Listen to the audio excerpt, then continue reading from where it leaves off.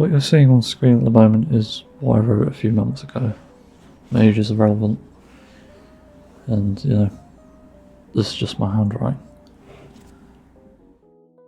I might be the only one to notice this, but as someone who suffers from an undiagnosed disability, looking to be dyspraxia or dysgraphia, I was always confused growing up why I never improved in drawing or handwriting, and couldn't. Like, every time I practiced, it just never improved. Same happened with drawing now, even though I've got techniques that I've employed that I've learnt that sort of help and are able to make me at least decent artwork. It's still not great, and it's proven by how I struggle to sketch things and see in perspective, which is why there's that dysgraphia possibility. The thing I noticed is how other people struggle with drawing and writing too. Not everyone, but some people. There are some people who draw things so accurately and say it's their first time. To that I have to say they're lying. Well, they must be though, because that sort of thing doesn't really come naturally, I don't think. Meanwhile, I just barely can make something with readable writing or accurate drawing. And I can notice in other artworks, especially on Divine Art, there's those that seem less accurate. Doesn't mean bad, but it's just the way people view artwork nowadays is atrocious. Like, they're not bad. You call it as it is, it might be inaccurate or not exactly like something. It doesn't matter. With the introduction of artificial intelligence, it's become hard to distinguish which art is made by human hands or not, or what's made by AI.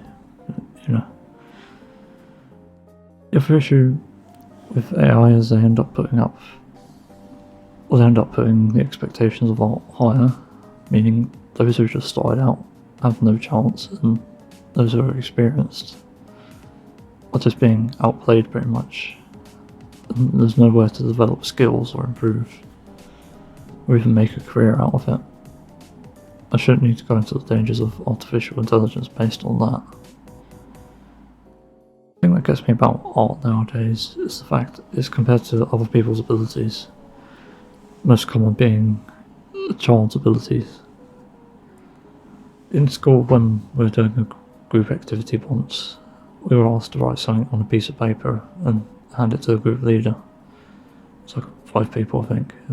5 kids have been. I was 14 at the time, and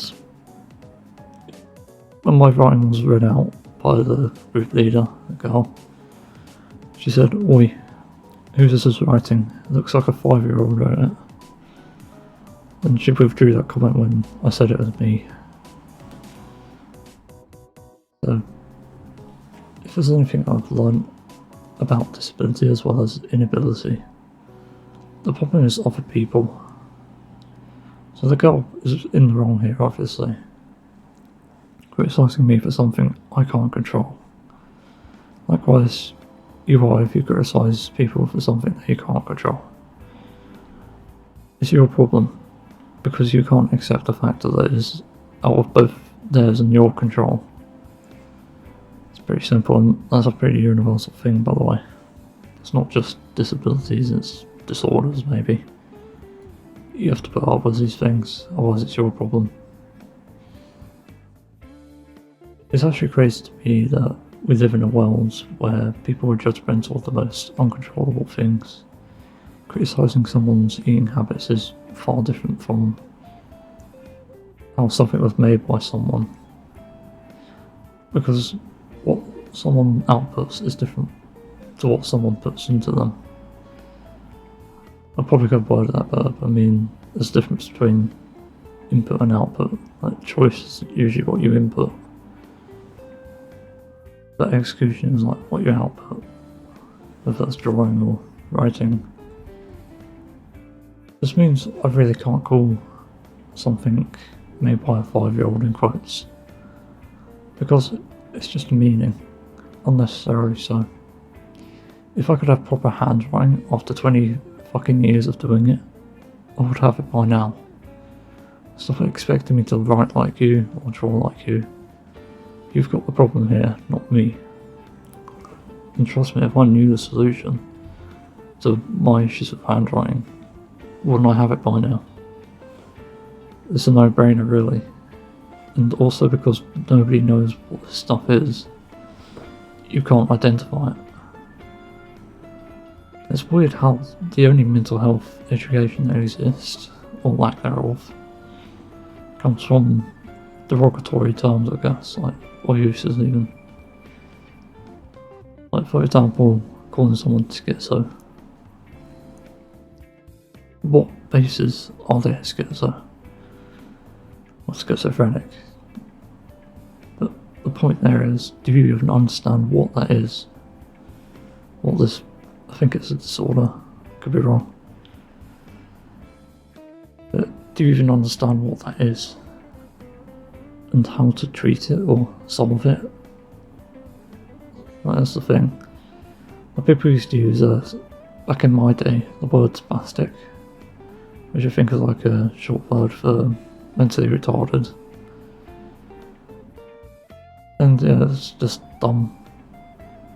Because obviously if someone is like severely cognitively impaired like that,